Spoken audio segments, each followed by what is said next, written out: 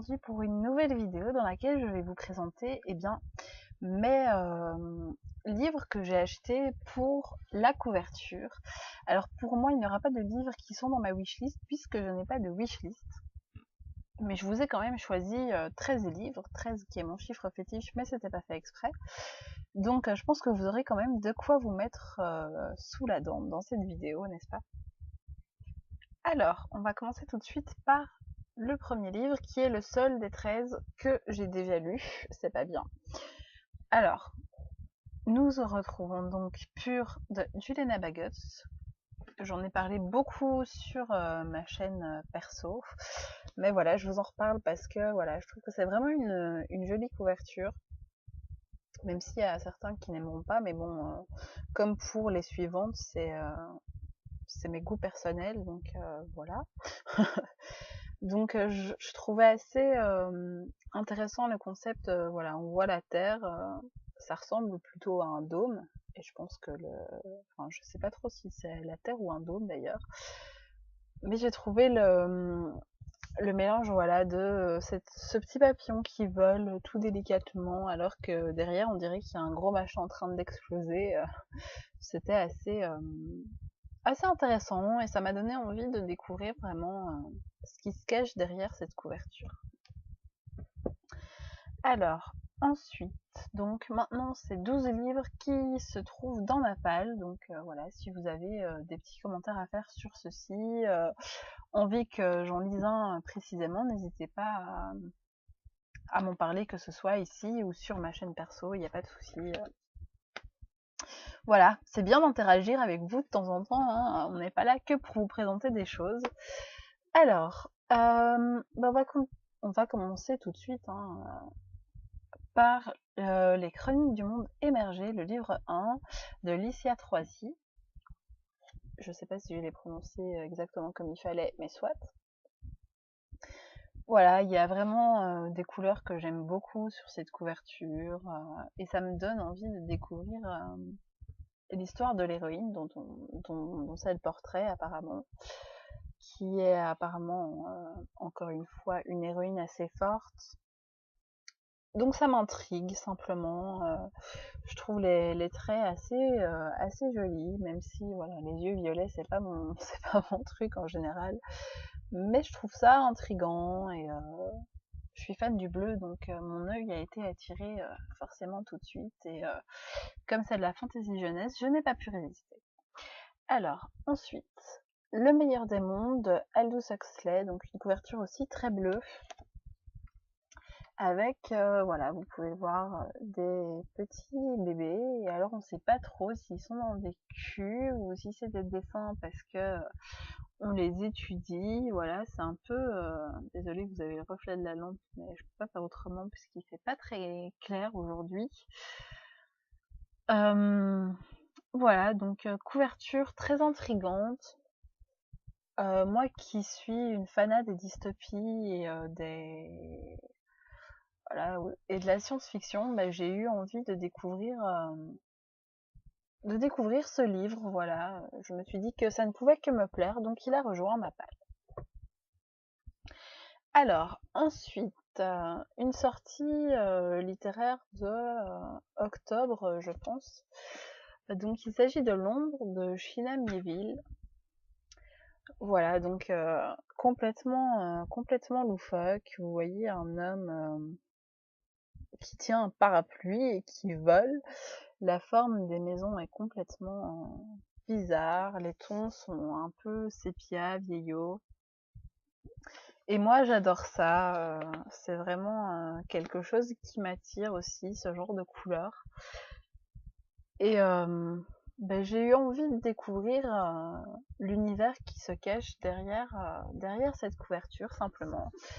Et pour la petite anecdote, je lis pratiquement jamais les résumés en entier.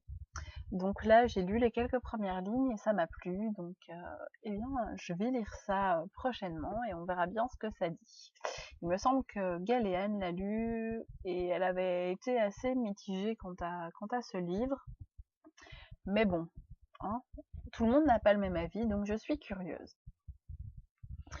Alors, Ensuite, j'ai acheté Drood de Dan Simons pour sa couverture. Parce que voilà, je la trouve vraiment super jolie. Comme je vous l'ai dit, j'aime beaucoup les tons un peu sépia, anciens. Comme le dit l'accroche, ça se passe dans le Londres victorien.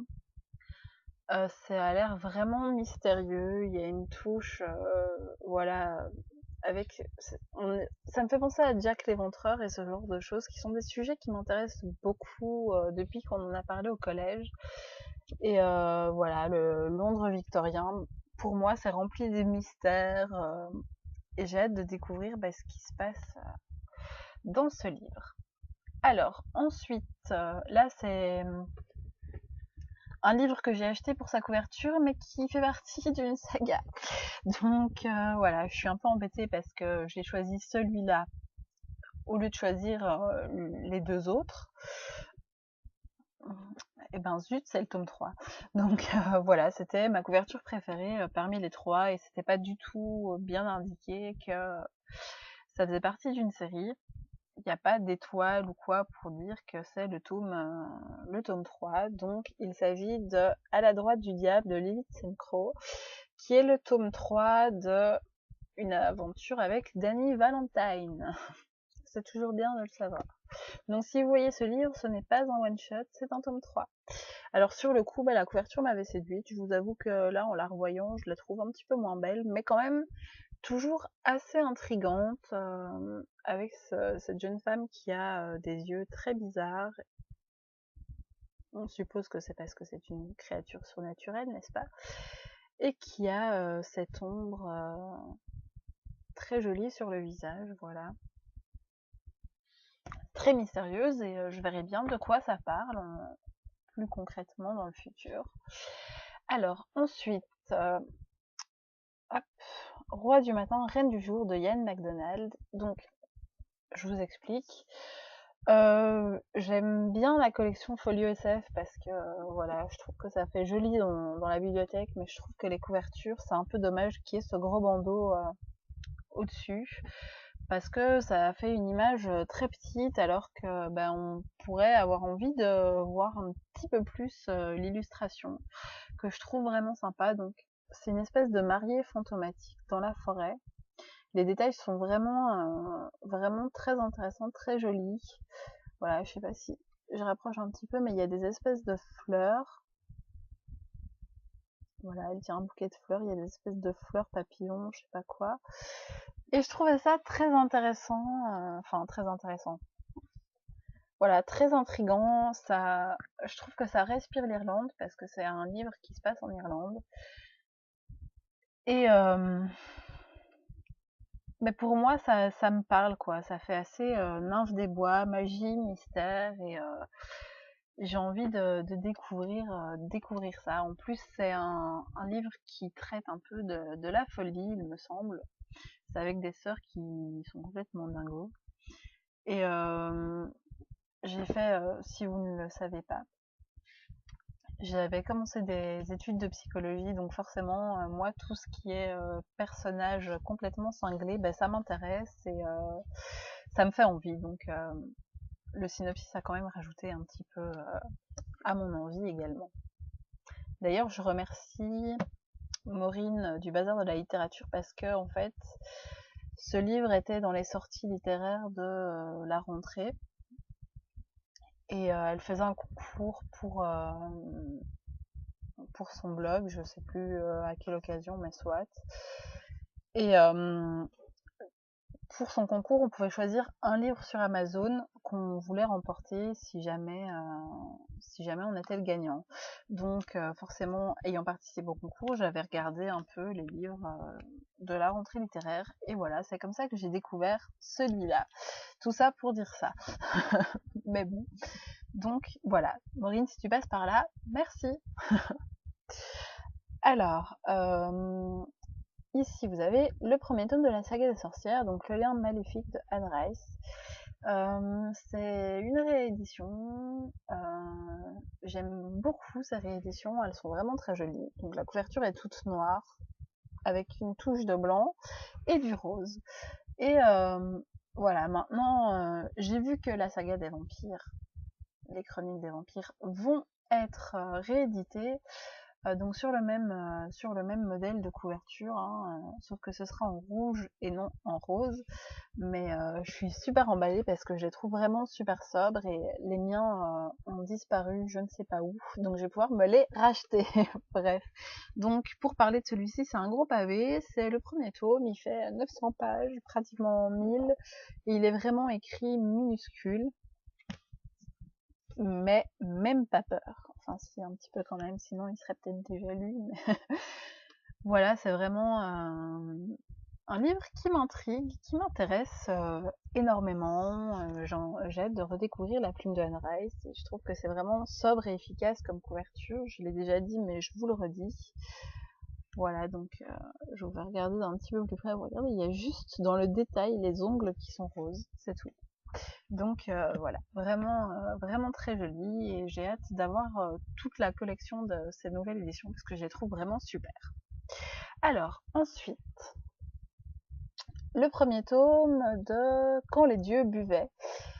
Donc Blanche-Neige et les lance-missiles de Catherine Dufour, avec une couverture complètement barrée. Voilà, vous voyez Podane, Merlin, je sais pas qui sont les autres exactement, mais ça a l'air complètement cinglé comme livre. Et j'ai hâte de découvrir ce que ça cache. C'est mix, c'est un hommage à Terry Pratchett et au Monty Python. Donc à découvrir. Et voilà, la couverture, quand je l'ai vue, j'ai éclaté de rire. Donc quand j'ai lu le titre aussi d'ailleurs, mais je me suis dit, voilà, je suis obligée d'avoir ce livre dans ma palle et d'aller y jeter un œil. Alors, ensuite, par où je vais commencer? Par celui-ci, hein, tant pis, je finirai par les autres, forcément. Donc, il y a le premier tome de La Maison de la Nuit qui s'appelle Marqué, édité par Pocket Jeunesse. Alors, comme vous le voyez, ça brille de partout. Et c'est ce relief que j'ai beaucoup aimé dans cette couverture. Bon, c'est une saga enfin une série plutôt, dont on parle pas mal. Et voilà, là j'ai vu la couverture des éditions Pocket Jeunesse et j'ai vraiment eu envie de la voir. En plus, je trouve que ce petit logo best-seller qui peut faire moche sur des couvertures, ils ont vraiment fait un logo qui s'intègre bien au design de leur sortie. Et je trouve ça assez bien. C'est un grand point positif pour Pocket Jeunesse. Après, je sais qu'il y a des gens à qui ça déplaît de pas pouvoir l'enlever et tout ça, mais je trouve que c'est pas non plus choquant. Voilà. Je la trouve aussi très sobre et très jolie. Encore, c'est les mêmes couleurs que c'est les mêmes couleurs que le lien maléfique, hein, pratiquement. Mais voilà, ça m'intrigue simplement. Et le relief me plaît beaucoup, pour ne pas me répéter, hein. Voilà. Alors, ensuite, un Pierre Bottero. C'est le premier tome de l'autre qui s'appelle Le souffle de la hyène. Bon, j'ai montré celui-là, mais je trouve que les rééditions du livre de poche en ce moment sont vraiment jolies. D'ailleurs, les deux prochaines lectures que je vais vous montrer sont des livres de poche. Voilà, je la trouve vraiment jolie. Les dessins sont, enfin, la couverture en soi est pas super jolie, mais je trouve que tous les Pierre Bottero réédités au livre de poche ont vraiment des couvertures superbes. Voilà, le dessin est vraiment super bien fait. Et y a rien à redire, quoi. Les couvertures sont peut-être pas top sur celui-ci, mais c'est vraiment un très beau travail d'illustration. Et moi, ça m'a donné envie de les avoir, simplement. Et je pense que pour ceux qui ont lu les Pierre Bottero, je pense que vous êtes pas mal à avoir envie de les avoir en cette édition, hein. Donc voilà. Alors, ensuite, Les Dames du Lac de Marion Zimmer Bradley, édité encore chez le livre de poche. Voilà, je trouve aussi la couverture très sobre, très mystérieuse et très efficace. Efficace avec un Z, hein, n'est-ce pas? Encore une fois, il y a du bleu, donc ça me parle. Voilà, je l'ai pas acheté, je triche un peu parce que je l'ai découvert parce qu'on m'en a parlé, mais en voyant la couverture, ça m'a vraiment donné envie de l'avoir et de le lire plus que si il n'y avait pas cette magnifique couverture, quoi. Je pense qu'il y aurait eu une autre couverture, j'aurais peut-être pas été aussi attirée et j'aurais peut-être pas eu autant envie de l'avoir dans ma palle, voilà. Bon, le dernier. Donc il s'agit de Ta liaison de Stephen R. Lowhead. Voilà, donc là aussi, comme je vous l'ai dit, j'adore vraiment les illustrations du livre de poche. Que vous dire, hein, là c'est la collection Orbit, donc j'y suis. Hein.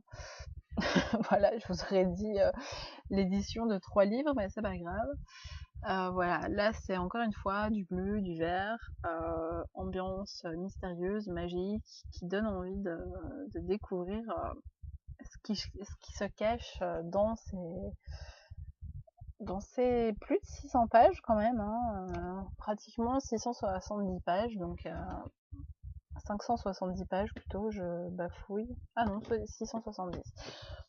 Tout va bien, je suis fatiguée, n'est-ce pas? Voilà, j'ai hâte de découvrir ce qui se cache derrière ce livre. Depuis que je l'ai acheté, j'ai lu que c'était pas la meilleure série. Donc c'est le premier tome du cycle de Pendragon. Que c'était pas la meilleure série pour parler, enfin, qui traite de la légende arthurienne, parce que dans celle-ci, il y a un côté religieux très important.